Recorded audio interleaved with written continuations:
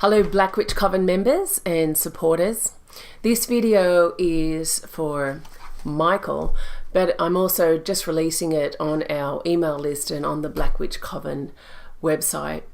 And the reason is because I'm not trying to promote this video in any other way. I'm actually answering a question for Michael, of whom I completed a pact for him back on the 25th of October.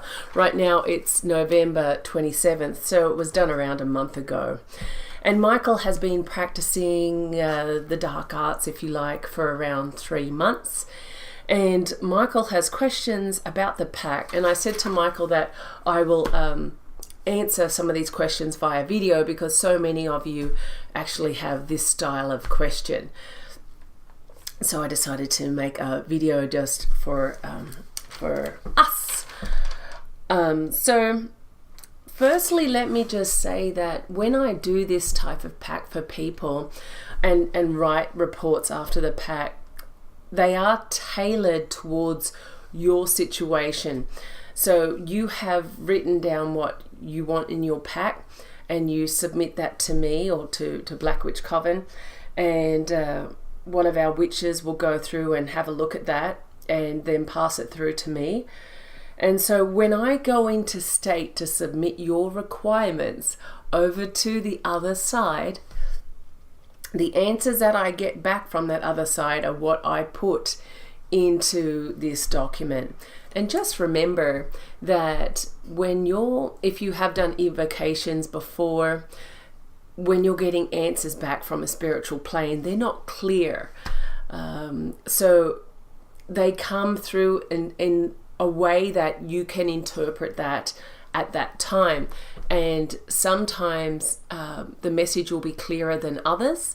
And this is the messages that I'm writing down in whatever way that I can for you. Okay, so in Michael's pact, I'm looking at your document here now, Michael. We're doing a pact with Lucifer or Satan, and I won't say what you wanted to gain from this, but the offerings that I gave on your behalf during the pact ceremony, I gave my own blood on the offering paper, and the offering paper in this case was pages of the Bible. And I was ripping pages from the Bible and signing your name on it. I wrote your petition on the paper as well. And all told, there was 3 pages that were ripped from the Bible to represent your desires, your name, and the intensity of your pact. And they were burnt in my cauldron or my offering bowl to thank Lucifer, Satan, for listening to my petition for you. Okay, then I blow out the candles. It's the end of the ritual. Now then, so that is part of what I do at the end of my ritual to put forward your pact. Okay, in your case, so every case that I do will be slightly different according to the demonic entity that I contact and the requirement from that entity. So some cases, for example, Satan or Lucifer may desire or accept one type of offering, and on another occasion it might be a different type of offering that is offered. It will just depend on the case, on the day. You know, nothing is stock standard in this industry. There is no golden grail for how to do this stuff. It all has to be tailored, very much so. In saying you've got your base of what you should offer. Blood is always an excellent offering. I was asked a question the other day, or pulled into a discussion about some of the demons not liking blood, and I'll just squash that straight off the bat because all demons love a blood offering. Blood is life, and who doesn't love life?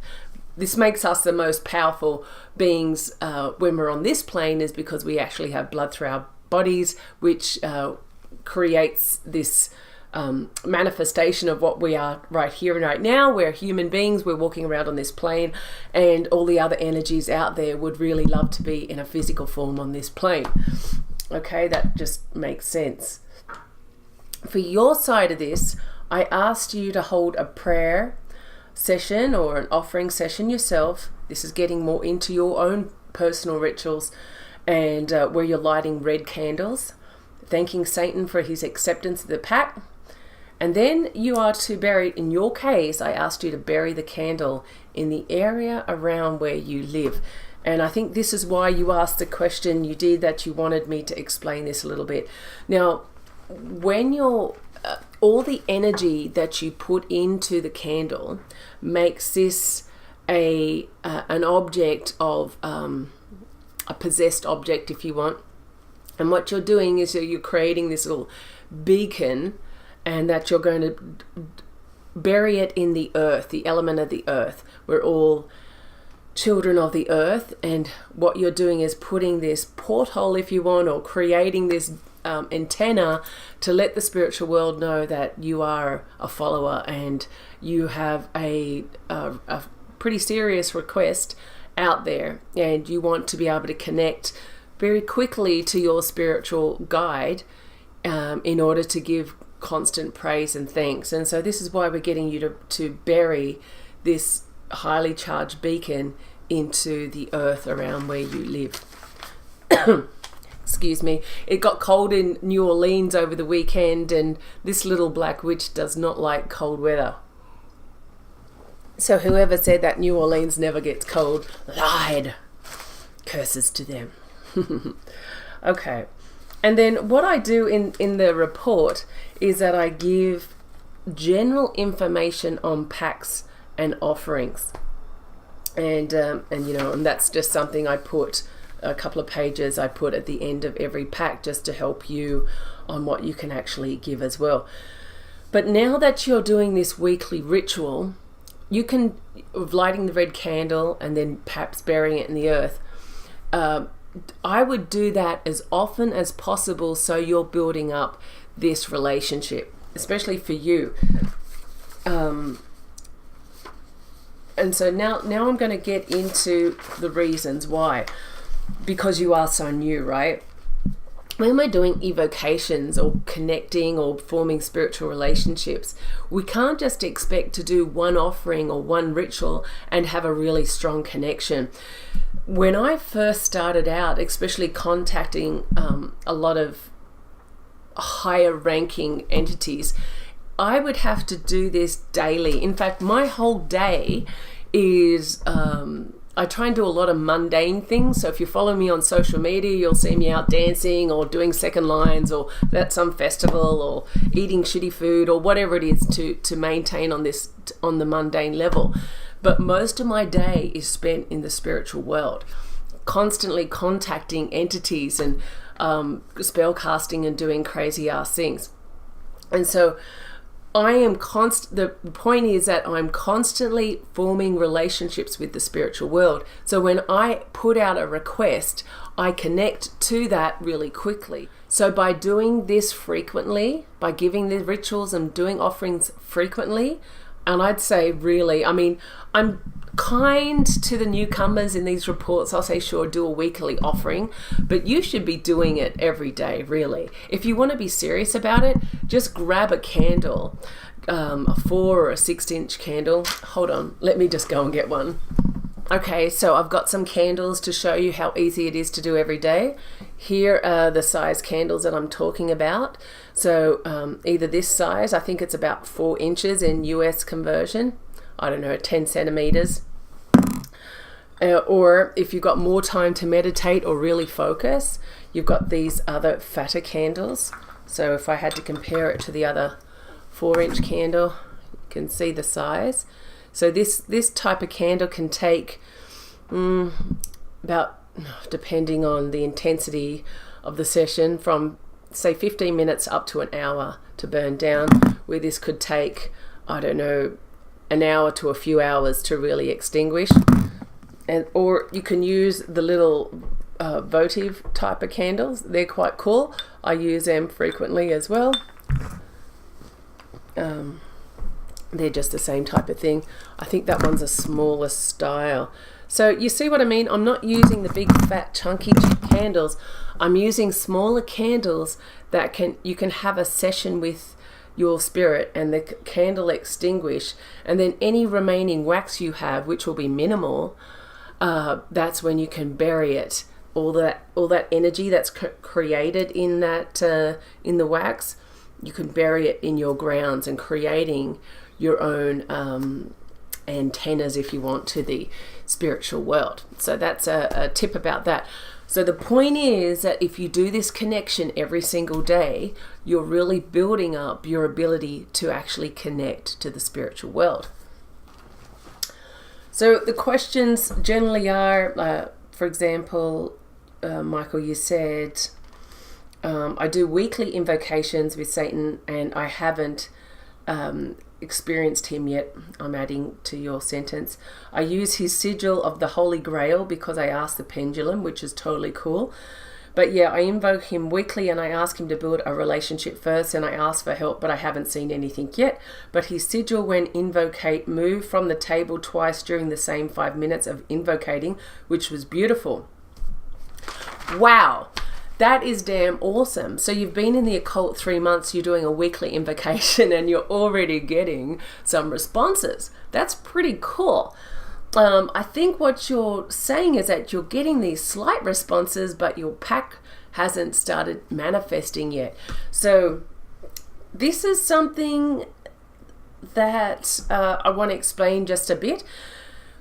When you do a pact or you contact the spiritual world, you are, like you experienced, Michael, the demon or the demonic entities or the spiritual world, here's what you have to say. You can't just pick it up yet through your senses. You have to develop one of your senses, and they'll change over time. So don't feel like just because you can't see them this year that in another 5 years you won't be able to see them. We're all going through this process. We're all learning. We're trying to connect with them. They're trying to connect with us. And due to our own phases in our own life, we'll drop some senses and we'll pick up others, so forth.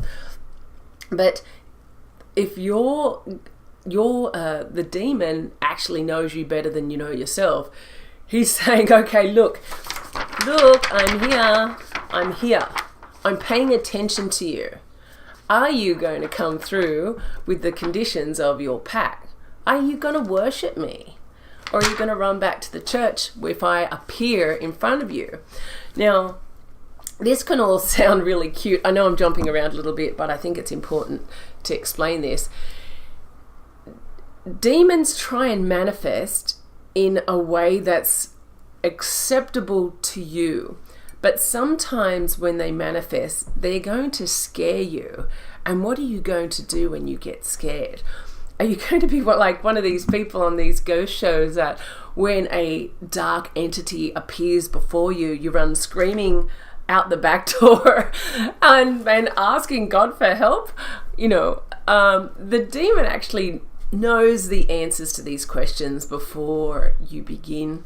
So if you have not seen a demon manifest before, this is your first time in your entire life that you've actually seen a demonic or even a spirit appear before you, I want you just to spend a minute or two just visualizing what would happen if something popped up right in front of your face. What would you do? Would you freak out? Would you run out of the room? Would you stop the session? Now, I've been doing this for a couple of decades, and I've got to tell you, sometimes it freaks me out. I'm by myself, I'm in the dark, and all I've got is a couple of candles, and I'm calling out to the demonic world.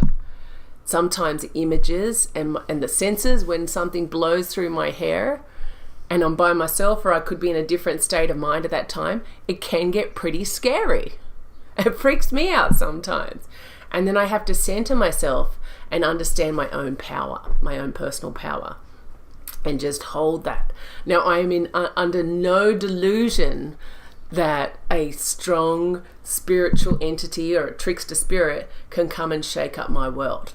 Okay, but this is a space we're playing in, okay? So woman up or man up and just sit there and hold your space, hold your space, and be able to deal with it. And I think you have to work on that. Just that point, I think that's a difference of success and failure for many of you. If you're going to be like one of these ghost busting guys, and soon as they hear a voice or they see a rock or something, touches them, they scream like little girls and they run backwards out of a room, this isn't for you. I also noted down something you can practice is raising your energy. So lighting candles and so forth, the incense in the room, can really help you perceive the demons easier. This is because there's more energy in the room for the spirits to manifest in some cases, and also it's to get you into state. It's for you to flip the hat. I say flip the hat because here we are in the mundane world and now we have to be in the magical, and you need to flip the hat when you're in the magical world and be able to be prepared for this level of energy. You've got to raise your energy so your vibration is high. You have to be in really positive spirits, and you have to be a powerful being. And when you're a powerful being in that spiritual space, you'll be able to sense and feel things because you're actually in your magical state. If you're in the mundane state, ready to be analytical and following the dots and not going with your gut instinct, then you're going to miss a lot of the messages that are coming through to you. If you're still, this isn't to you, Michael, because I think that you are already receiving a great connection after such a short period of time. But if you're really struggling with contacting the demon that you want to contact when making a pact or so forth, you have to just be humble enough to be able to step back and realize that this demon just doesn't want to deal with you as yet. And it's not personal, it's just one of those things. And it's not forever, it's just not now. So what I've done in the past is that I'll go back, and my go-to or my strongest spiritual contact, of course, is Astaroth. And but you might want to go back through Lucifuge Rofakel. That is basically Lucifer's left-hand man. He is a good teacher, and he is basically the guy that you should go through anyway if you want to negotiate the pacts. And go through him, try and get a relationship with him going, and see what response that you really get from him. And just leave it there. You can have both entities there when you're doing your demonic praise sessions, but you might be able to get a better connection with Lucifuge rather than directly with Satan or Lucifer. And this isn't uncommon, actually. It's well known that for years I had issues connecting with Lucifer. I could feel the presence, but I actually couldn't get a conversation going, if you will. And I didn't let it bother me. I knew that those energies were there and I felt very safe, but I just wasn't getting that connection. And that was cool, because I know this is a lifelong journey for me anyways. Any other tips that I've got? Let's have a look. Language. Language is absolutely huge. When I was in Hawaii last year, I worked with a lot of spiritual type people of different streams to help me connect with some of my ancient guardian demons. Many people, especially shamans, have picked up these energies when they're around me, and they can be a little scary to begin with because they have an old and some have said a sinister energy about them. But when I have allowed them to tap in to where these energies are from, they were quite surprised that they couldn't translate what these energies were saying. So they could sense them all around me and they were quite fearful, but when they tapped in, they couldn't pick it up. And so when we've done these sessions where I'm going back to where these energies have come from, they're not human. They're not of this universe. In fact, they're ancient spirits before the earth was here and not of this universe. And even we were able to go through, so they allowed us to see where they were from. Where they took me back to was this gigantic crystal cave. But I still couldn't understand. I could see them, but I can't understand. But I'm comfortable in that. I know they're around. I know they're protecting me, and protecting me fiercely. And when I go back onto the next plane, I know they'll be waiting there for me. So the point of that is that I can't communicate with them, and it doesn't bother me. And either could these other people, as many spiritual people as I have met. No one has been able to translate the language. So it could be the same for you. Some of these spirits that you're tapping into, you don't speak their language. They don't speak your language. And because they're so ancient, they can still teach you lessons. But it could be through visions, or maybe it's just protecting you. Because before you were this human spirit, you were part of an energy system from somewhere else. I won't get into that in this video, but they'll come down and they'll protect you, and while you're on this plane enjoying yourself here, and then when you pass on, you'll probably go up and probably leave this world altogether and go off somewhere else and do what you were doing before. But you can't be scared of them, but don't expect that you're going to receive all the messages. My last message for you, Michael, is that you have to be serious about your goals. What your goals were mean that you have to put yourself on the path towards those goals. When the demon sees that you're taking active steps in order to progress down that path, the demon will then help you manifest those goals. So, for example, and not saying this is you, Michael, if you wanted to be a rock star, but you've never taken a singing lesson, and you've never put yourself out there on a stage or got in front of an audience before, you're sitting behind a computer in your bedroom, then don't expect the demon to manifest a stage for you, manifest an audience and put you there on a stage, because you're going to fail royally, even if that was to happen. But that's just not how it works. The demon doesn't care about your feelings and your insecurities. The demon is here to help you achieve what you said you wanted to achieve. So I hope this has helped you, my followers, and also to my beloved clients. Remember, this isn't something you do half-heartedly. This is something now that you're dedicated to. And even if it's just 5 minutes daily, or whether you want to do a full-on ritual once a week, that's totally up to you. There isn't a right or wrong. What it means for you is how much you're willing to dedicate in order for this to manifest. And just be patient. After 1 month, and only 3 months in the art, if you're actually receiving and sensing things moving around during an invocation, that is totally spectacular. I'd be extremely impressed if I were you, and I would keep up the good work. Sometimes it takes months, even years, for your pact to come into what you would call success, because you yourself have to go on that journey to be able to have that goal manifest itself. So blessed beast, hail Lucifer.